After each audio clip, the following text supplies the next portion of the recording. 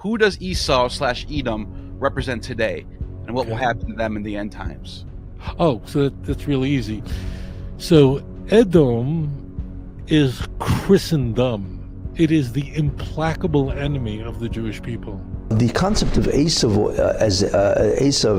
as Edom and as Rome was changed, transformed into a religion. So therefore, any nation that has that religion can be considered Esav.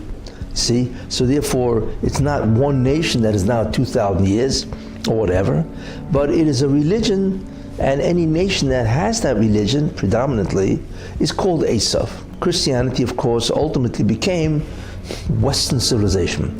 So Esav today is really Western civilization, because Western civilization is basically Christian, and therefore that is considered to be Esav. Esav, who became Edom, who became the Roman Empire, which metamorphosed into the Christian Empire, which became Christian civilization, which is now represented by the United States of America, will suffer a crushing, humiliating defeat. Esau is everything that's wicked in the world, and it's the Edom. Esav is Edom. It's the final kingdom of the four kingdoms. It's the greatest, the most implacable enemy of the Jewish people.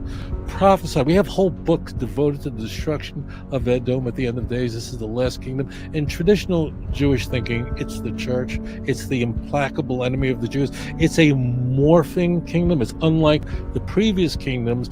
It begins as Rome, and then it morphs, becomes Christian in the 4th century, and then it divides and divides and divides. So who's Edom? Edom includes most of Europe. It includes the United States of America. It's the Roman Empire that was never destroyed. Edom becomes America. Why? Because America is Edom, after all. Esav, who in modern day terms is really basically, certainly one of them is America. But for those of you who don't understand that Italy is the seat of the Roman Empire of Edom, even though Edom is scattered, many other nations today that speak Latin languages, that have something of the Roman Empire, including America, they are first. So Edom is everywhere, and the United States of America is also part of Edom. Malchut Edom, which includes all of America, Europe, and some of the Western Quarter. Who becomes the children of Esav? All of a sudden, it shifts now, and we talk about Galut Edom as whom? As Rome, and eventually Western civilization. The Edomites are the descendants of Edom, who is also known as Esau, Jacob's evil twin. Our tradition tells us that the Edomites are the ancestors of the Romans, and indeed of all Europeans and the entire Christian world. Esav, who is the symbol of all the nations, Christians or not. Rome is the last empire of the 4 empires that subjugated the Jewish people. Edom, Rome is the worst of all. And Edom is going to be destroyed. We have entire books in Tanakh devoted to the destruction of Edom. It's finished, it's gone, no more. The West is Rome.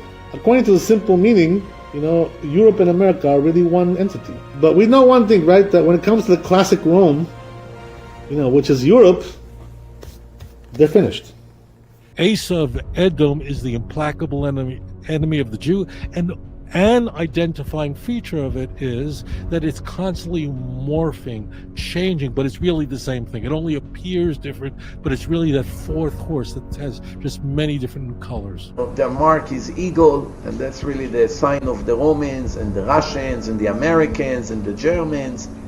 All the evil empires, they all have the same symbol. And it describes then this force that's going to be destroyed like a marine creature, like a fish.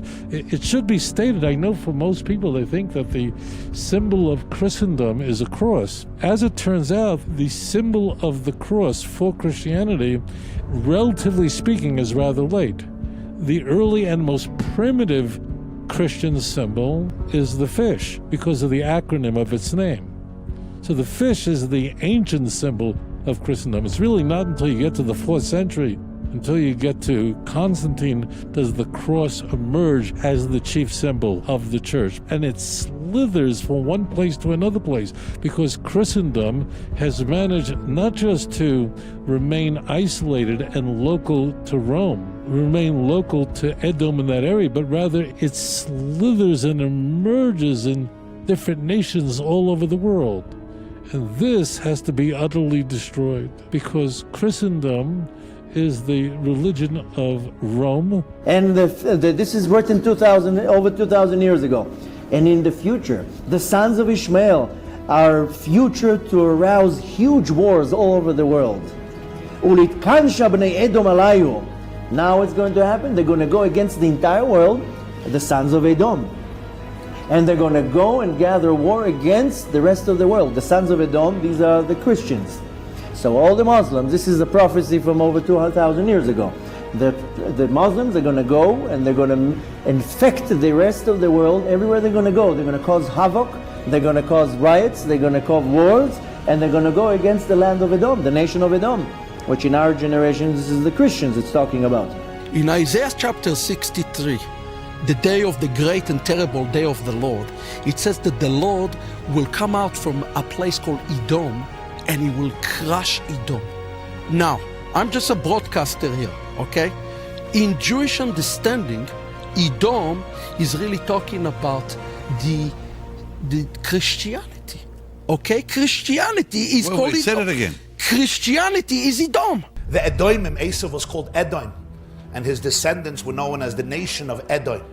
According to Chazal, Edom is the father of Rome, what would later become the Roman Empire. All the mountains are going to be full of blood of the corpses of Edom, because of the vengeance that Hashem is going to take from them. Kadosh Baruch Hu will arise and will destroy completely the city of Edom and will completely uproot them. But regarding Esau, Edom, we stress their complete destruction, and that God will throw them into the endless pit of darkness and oblivion. Regarding the total obliteration of Esav, we also have an entire book of Obadiah.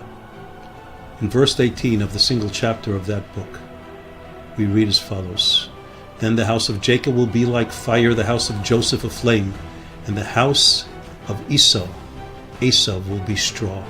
They will set them alight and consume them. There will be no survivors from the house of Esau, for God has spoken. The third, this is called Nekama Bagoim, revenge on the nations that went against us for the last 4,000 or 5,000 years. Any nation, any person that went against the nation of the Jews, is going to be a Nekama. There's going to be a revenge. Hashem will take their blood back.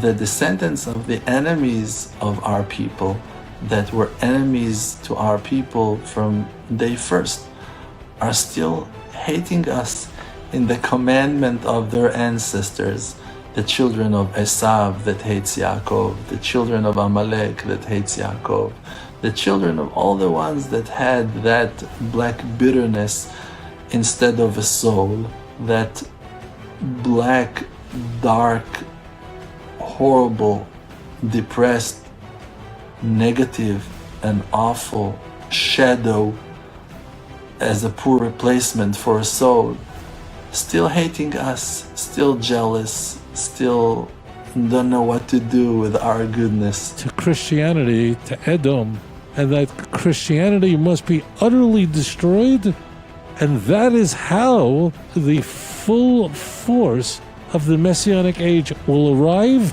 The spiritual heirs of the Roman Empire is the Western world, United States of America, so the USA will last until Mashiach comes. So one of the things that has to happen is America has to fall. I mean, because the American-led world, the world order, that's the American-led order, is going to end. That's not the same as the very end that we read in the Bible. Right. So somehow we're going to see a collapse. I mean, America is strong, but not when they're going against 3-4 armies. It's going to take down Esau. Once we will leave this place, Hashem will bury America. That's what's going to happen. Not because I'm some kind of a prophet. I'm not giving you any prophecies here. I'm just describing to you a divine formula.